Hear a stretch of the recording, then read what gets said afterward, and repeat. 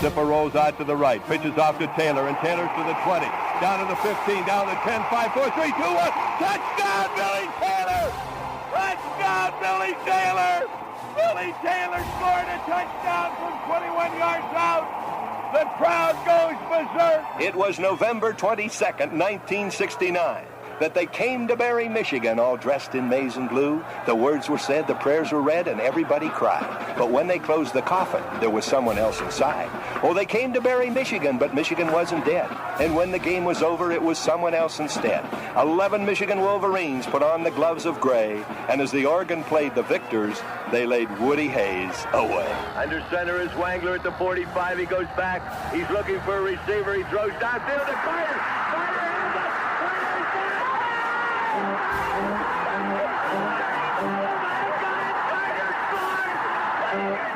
Who's got it better than us? Nobody!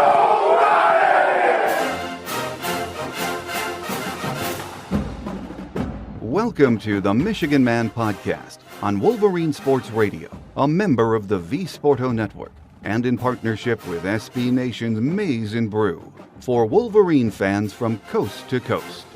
Go Blue and welcome to the show. I'm your host, Mike Fitzpatrick. Joining us in a moment on this week's Visitors Edition is the radio play-by-play voice of Iowa football, Gary Dolphin. Remember to rate or comment on the program wherever you get your podcast from. I always enjoy hearing your thoughts on the show and anything Maize and Blue. So you can email me too at the Michigan Man Podcast at yahoo.com. That's the Michigan Man Podcast at yahoo.com, and I would love to hear from you. To get us rolling today, here is my view from Section 17. I'm still not sure what our win over Rutgers means. In many ways, it really doesn't matter. We needed to get a win and wash the taste of the Wisconsin game out of our mouths. So in that way, it was a very good win. Saturday against Iowa will tell us more about this team. I've heard the Hawkeyes referred to by various media outlets this week as Wisconsin Light, but they could end up being a better team than the Badgers. Here is an overused word when it comes to football speak these days, identity. But Iowa does know exactly who they are. Now, they don't come at you with anything sexy. They line up and they run right at you, and if you let them do that and have some success, their play-action passing game lights you up. They are a physical, hard-working team, and I've always respected this program. In my youth when Hayden Fry revitalized Iowa football, and now under the direction of, in my opinion, one of the best coaches in college football, Kirk Ferentz. The Hawkeyes also have a very good defense with a couple of NFL-caliber defensive linemen. They are physical in the trenches, try and take the run game away from you, and force you into turnovers. They are a well-coached, rock-solid football team. My guest today says this is a huge barometer game for the Hawkeyes, too, and they will not be intimidated coming into the Big House. Iowa radio play-by-play voice Gary Dolphin joins us next on this week's Visitors Edition of the Michigan Man, in partnership with our friends at SB Nation's Maize and Brew.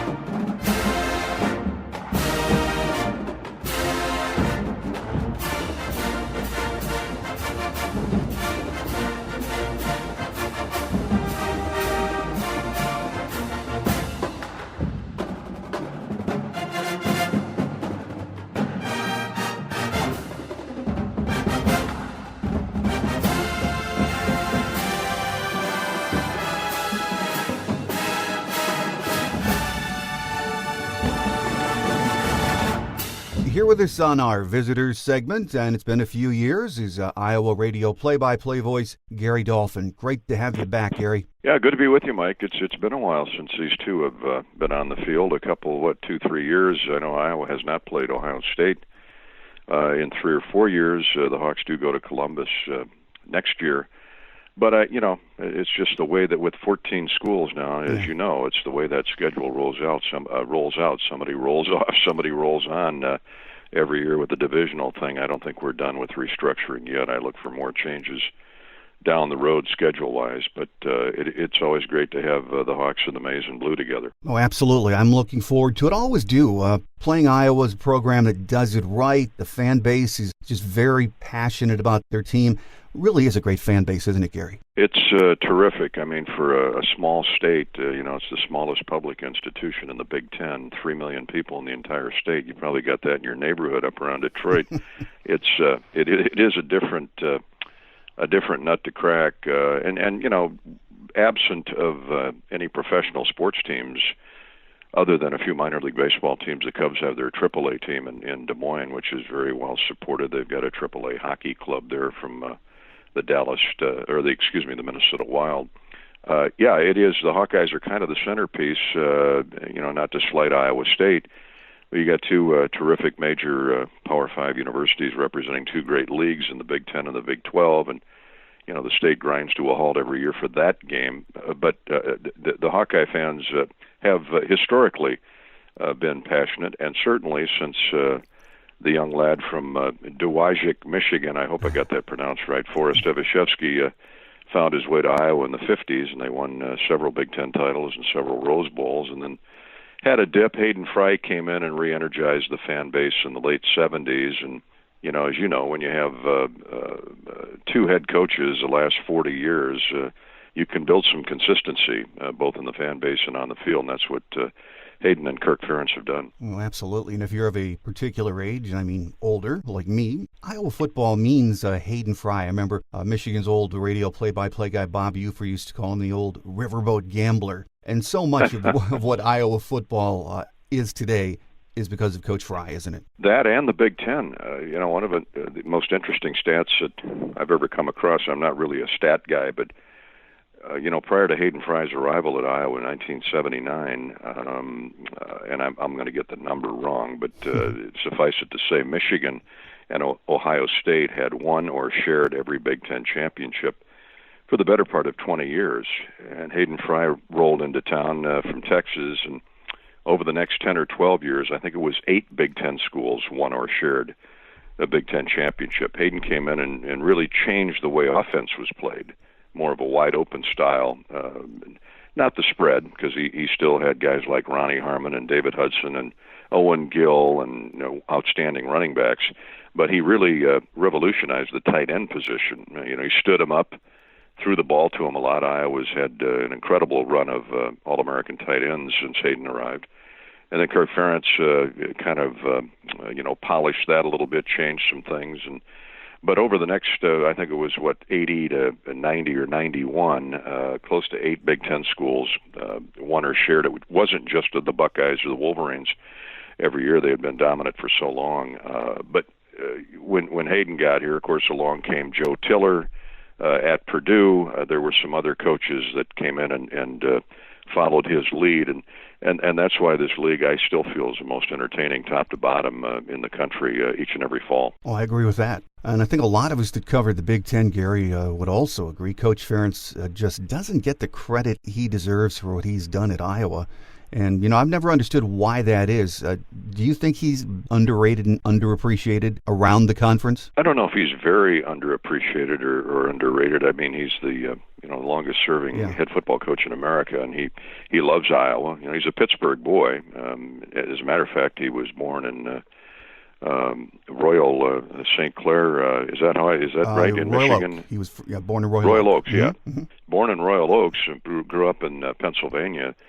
And I think it goes back to Hayden Fry and his coaching tree, where Hayden always said, "I don't want to hire anybody that doesn't aspire to be a head coach," and that's a great nugget to apply to everyday life in corporate America, or when you get up and go to work every day. You want to be at the top eventually, and Hayden obviously had a great eye for talent, because he now has. There was an article in the Wall Street Journal a couple of years ago. He now has more head coaches off his tree than any school ever, and that includes, I think, Bear Bryant second, and Bobby Bowden might be third, or Lou Holtz. So you can see he's in a pretty select company, and Kirk happens to be the next one in line. Now, he's going to have Hayden Fry, I speak of, will have 5 Hall of Fame coaches off that original staff, counting himself. You've got Barry Alvarez, Bill Snyder, Bobby Stoops, and Kirk Ferentz.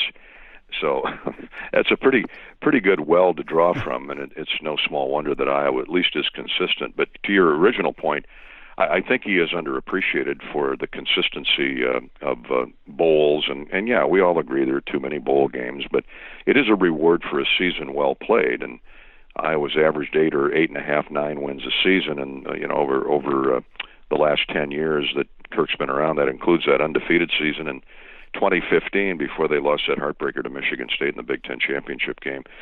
He's very consistent in his approach and his mannerisms. Iowa does it a little bit differently because they don't have the population base or the 4 and 5 stars to recruit from like you do in your neighborhood.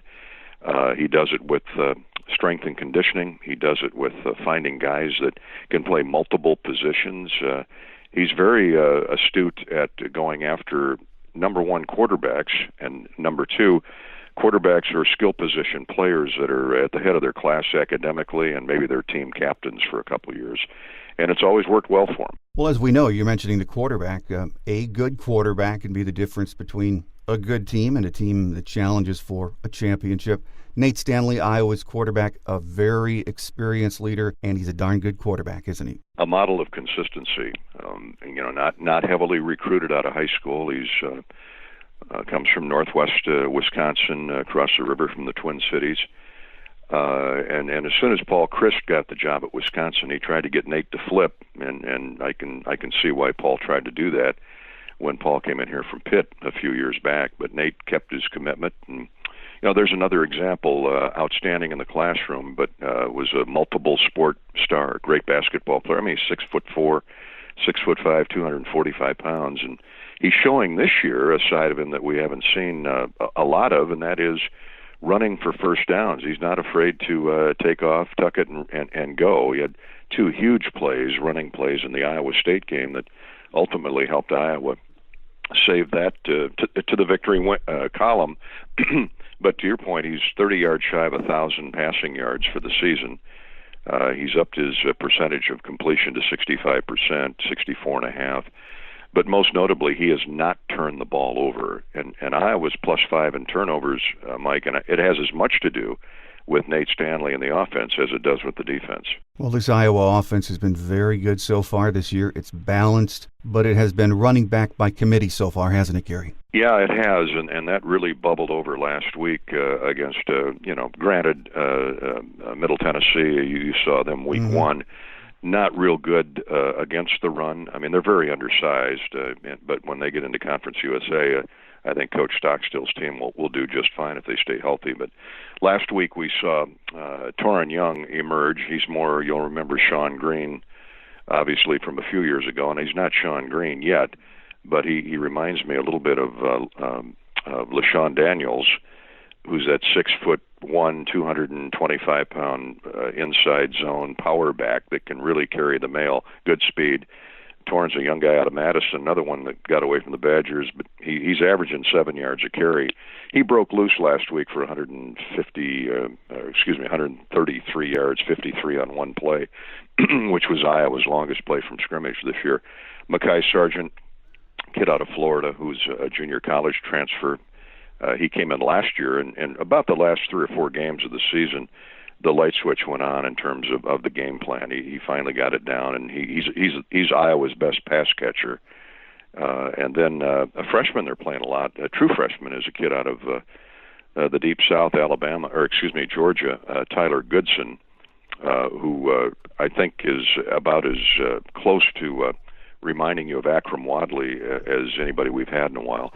So those 3 guys, Kirk keeps trying to find a go-to back, one he can feed the ball to 25 or 30 times a game, and nobody's really stepped forward. Now, I think Sargent and Young are the 2 main guys, but this Goodson kid, I'm telling you, he's the real deal. He's 5'11", 195 pounds, and came from a great high school program in Georgia, and as you know, they have pretty good high school football in the great state of Georgia. So we'll see where that goes. They've got to make a decision on Tyler. Obviously, they played 4 games. If he doesn't play Saturday, that's probably a red shirt, perhaps. We'll see. Well, as we mentioned, Nate's numbers have been very solid in the passing game, so he has some very good receivers to throw to. Talk about that receiving core and some of the names we're going to see on Saturday. Certainly, that's the highlight of the offensive production to this point, and it had to be. The uniqueness of losing 2 guys, one who's parked in Detroit now, T.J. Hawkinson, who you're just seeing him scratch the surface. He's going to be now. He's got to stay healthy, like they all do in the NFL. But right. I think this guy's going to be a great tight end in the NFL. So you lose him and Noah Fant, both in the first round from the same position, from the same school. That's never happened before. And so that was a pretty good punch to the gut. And you think both those guys could have come back. Imagine Iowa's passing game had that happened. But that's the nature of the game today. So Iowa's turned to the wide receivers, and this is my 23rd year of doing Iowa football, present state of operation. And I've followed Iowa football for 40 years, and I don't remember a deeper set of receivers than what Iowa has now. Brandon Smith and Amir Smith-Marset on the outside. This kid, Nico Reganey, you're going to love him. He is a first-year player, returns punts, unbelievable speed, kid from New England. And, again, another kid that Ferentz and his staff found that they've developed, and he's really blossoming now. And then they've got another youngster. He's either a redshirt freshman or a sophomore, and Tyrone Tracy, a kid out of Indianapolis, who has come on the last 2 or 3 weeks. They've all got touchdown catches. They've all got multiple receptions. They've all had a great game here or there and solid games elsewhere. And then I haven't mentioned Oliver Martin for good reason. He hasn't played a whole lot, and I know you're familiar with Oliver. He's only got a half a dozen catches. He's still trying to feel his way. He didn't even know he was going to be eligible until the week of the first game. And not that he wasn't mentally prepared, but obviously there's a lot of guys ahead of him right now that have been in the system for a couple of years. Now, Oliver, we think is going to be outstanding. Obviously, Michigan thought he was going to be a heck of a player, but time will tell on that. Well, overall, though, is the offense farther ahead than everyone thought it would be 4 games into the season? I would say yes, because of the wide receiver production. You've got Amir Smith-Marset, obviously, is their primary target. He's only caught 15 passes, but for a 17-yard average, he can go deep. Nate's able to go vertical more, Mike, because of Brandon Smith and Amir Smith-Marset and Nico Reganey. Tracy and Oliver Martin, and there are some others, Max Cooper, who will come on. The tight ends are starting to get more involved. They're certainly not to the level of TJ and Noah Fant. And the offensive line, despite kind of like the secondary, been beat up a lot. A kid out of Detroit who, I saw earlier in the season, preseason, projected to be a number 1 draft pick in the first round anyway. Alaric Jackson, he got hurt in game 1, a knee sprain. He has not been back. I see he's on the roster this week. He could play, but I know Kirk's plan is to not play him. So they moved Tristan Wirfs from right tackle to left tackle, then they throw him back over at right tackle, and they've got 2 or 3 guys that have been playing that position as well as inside. And so it's been kind of a mixing bowl, a lot of moving parts in the offensive line. So, but because of that, Iowa has still played well, I think, offensively. They're not scoring the points that they think they should be, but then what offense does? Iowa State had the best returning defense in the Big 12. Middle Tennessee, okay, they got it going against the Blue Raiders. Opening day, they were solid against Miami with 38 points and shut out Rutgers 30-0. I guess my point is the offense hasn't really been tested by a top to bottom, a solid defense, and I know Coach Harbaugh isn't happy where his defense is at yet. But clearly, this is going to be the most athletic, fast defense that Iowa's faced at this point. So we'll see. We'll see what happens. But yeah, I would agree with you. The offense is probably ahead of schedule. With us on our visitor segment today, Iowa radio play-by-play voice Gary Dolphin. Gary, over on the defensive side, Iowa ranks 3rd in the Big Ten in points allowed. It's 8.5 points per game they've given up. only allowed 4 touchdowns in 4 games, and maybe they haven't been tested much yet, but those are very impressive statistics. Yeah, and I'm one of those old school guys. I look at points allowed, and with 3 given up to Middle Tennessee last week, they're below 10 points a game allowed. If you're doing that on a consistent basis, granted the competition ratchets up Saturday, but I think to your point, big picture is this defense was expected to be good. And so far it has been good, despite a depleted secondary. They're missing, or they've missed at one time or another, 3 starters. That one is back for sure, and I don't know that the other 2 will be. But they've lost a lot of good players early to the NFL and to injury the last few years. So they're playing a walk-on kid at free safety, Jack Kerner, who's a sophomore out of Des Moines. Comes from a great high school program, Dowling High School, which has won 4 or 5 consecutive state championships. And he's played really well, quite frankly. He's taking Kevon Merriweather's place, kid out of Michigan, who they really have been grooming to jump in there. And he probably will not play on Saturday. Matt Hankins, their right cornerback, yanked a hamstring a few weeks ago, and that's not good for a cornerback when you're favoring a hamstring, so they've moved a true freshman, DJ Johnson, into that spot. And I will tell you, DJ and Jack Kerner have really played admirably. Geno Stone is a terrific, strong safety, and Michael Ojemudia, kid from Farmington Hills, has a couple interceptions and is the leading tackler in that secondary. He is a cover corner on that left side, and they'll move him around. But whoever Michigan's favorite receiver is, in Harbaugh's mind anyway, Michael, you can bet, will be on him. So despite all the injuries in the secondary, they really have held their own because of the front 7.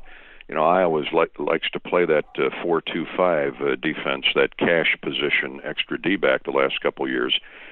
But they've not been able. They couldn't afford to do that, at least to this point, because of the injuries to its secondary. So they've gone back. Phil Parker, Michigan State guy, has gone back to the base 4-3, and why not? He's got a consensus preseason All-American and A.J. Epinesa at one defensive end. 2 young guys out of Detroit who I love, Chauncey Golston and Cedric Lattimore.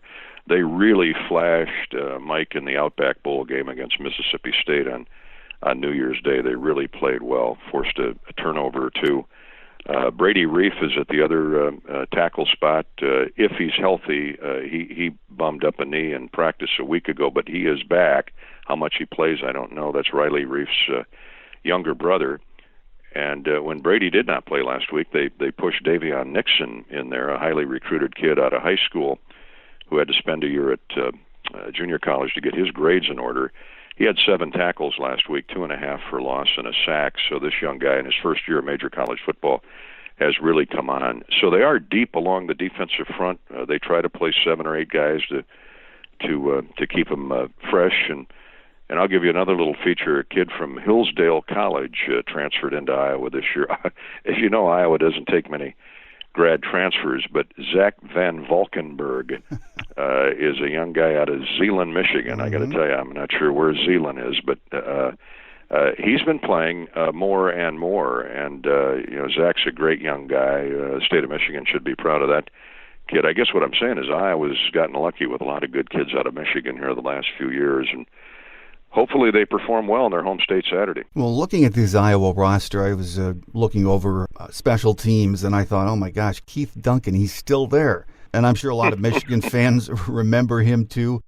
He kicked that 33-yarder that beat us at Kinnick in 2016. Solid kicker, isn't he? He's even more solid now than he was then. Yeah. And I'm not trying to throw scare into anybody because, but that's just who he is now. Think about this: when he kicked that field goal against the Wolverines to end the game, and that Saturday night a couple of years ago, got redshirted the next year, and for good reason, because they had Miguel Recinos a year ago. Got beat out a year ago. Could not get ahead of Miguel Recinos. Now, if you're a kicker and you're sitting around for 2 years, you're probably going to transfer. You're probably because you want to play. I mean, you want to see the field. This kid, who's brilliant in the classroom, stuck with it. He said he learned a lot from Miguel Recinos. who literally won the Mississippi State game. I think he had 3 or 4 field goals in that game at the Outback Bowl and concluded a terrific career.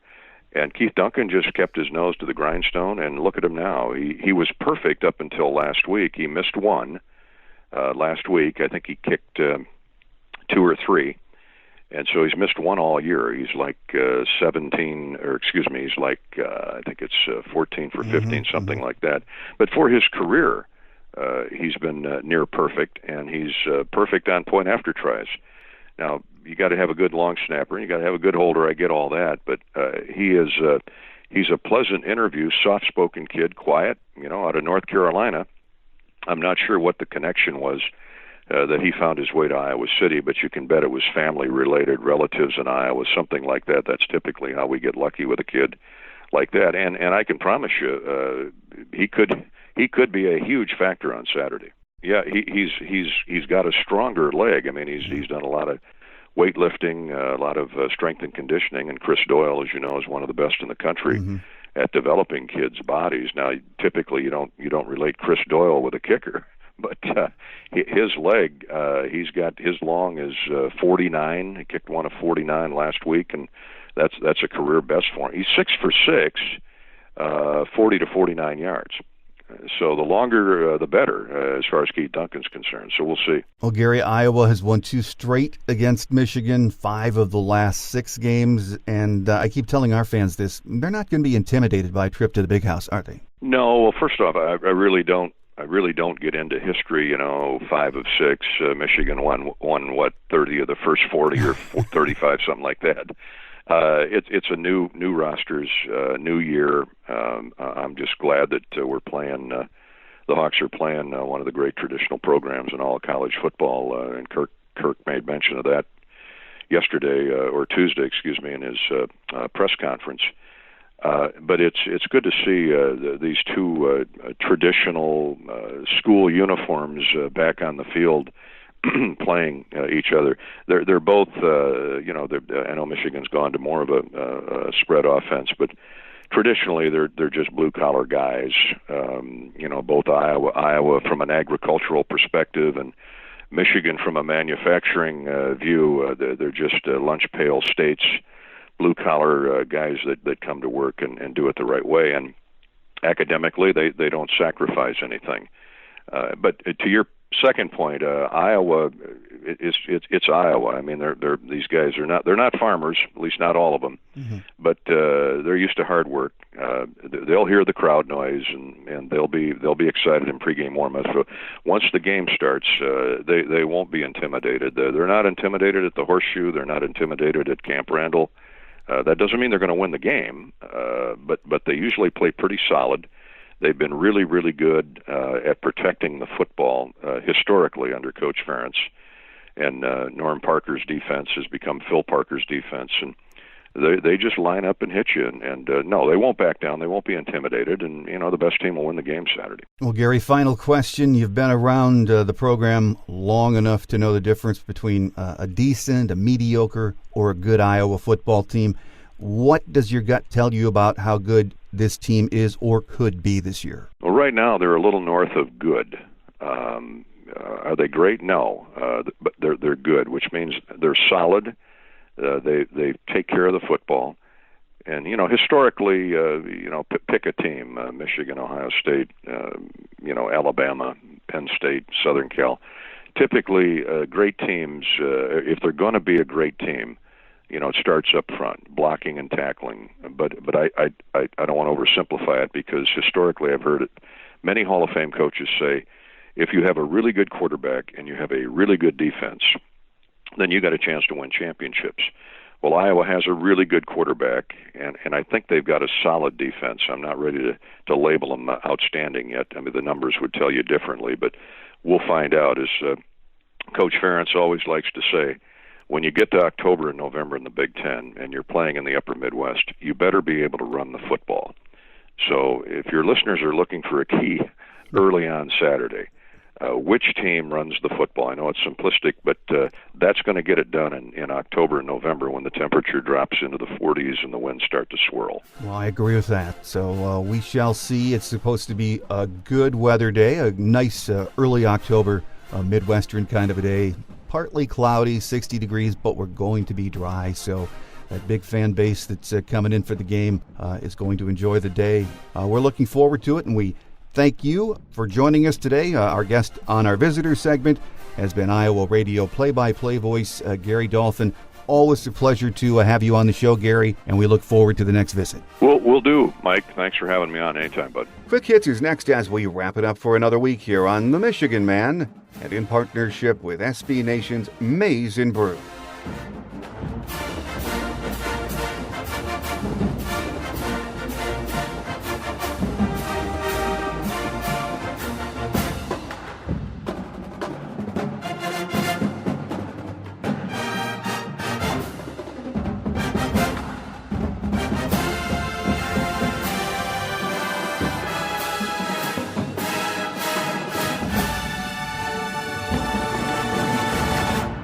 On Quick Hits today, nothing new on the injury front. Dylan McCaffrey and Sean McCune are out, as is Josh Ross. Michael Dwumfor should see more playing time.